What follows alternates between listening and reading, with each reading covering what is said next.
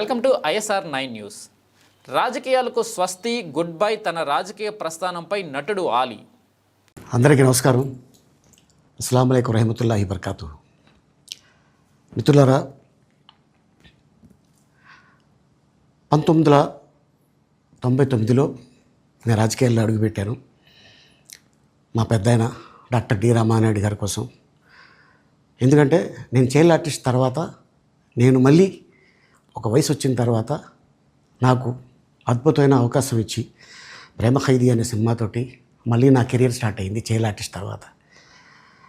అలాగే వారు బాపట్ల నుంచి ఇలాగ నేను ఎంపీగా నుంచుంటున్నాను రా, నువ్వు రావాలి, నా క్యాన్వాస్ చేయాలి అనగానే తప్పకుండా గురుగారు, ఎందుకంటే మీ సినిమా తర్వాత నేను మళ్ళీ ఒక ఆర్టిస్ట్గా నేను ఎదిగాను, సో డెఫినెట్గా నేను వస్తాను అని చెప్పి వెళ్ళటం జరిగింది.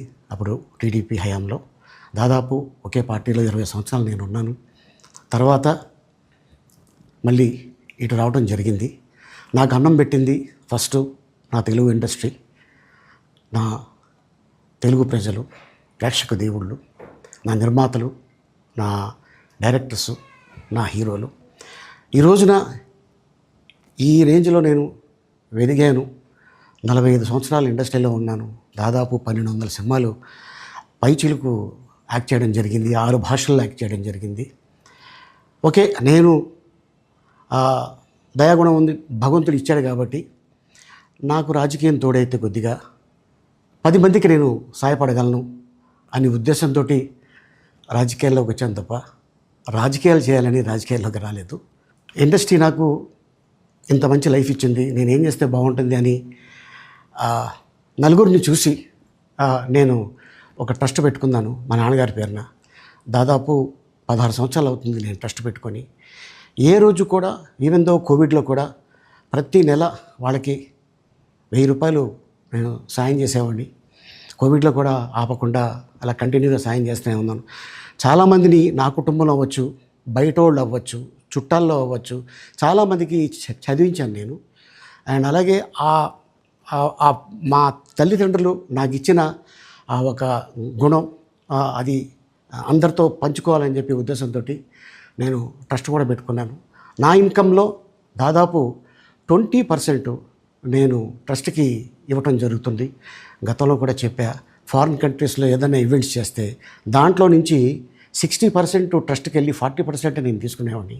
సో ఇట్లాగా చాలా సేవలు చేసి ఉన్నాను కాబట్టి ఈ మాట కూడా నేను మీకు చెప్పుకుంటున్నాను.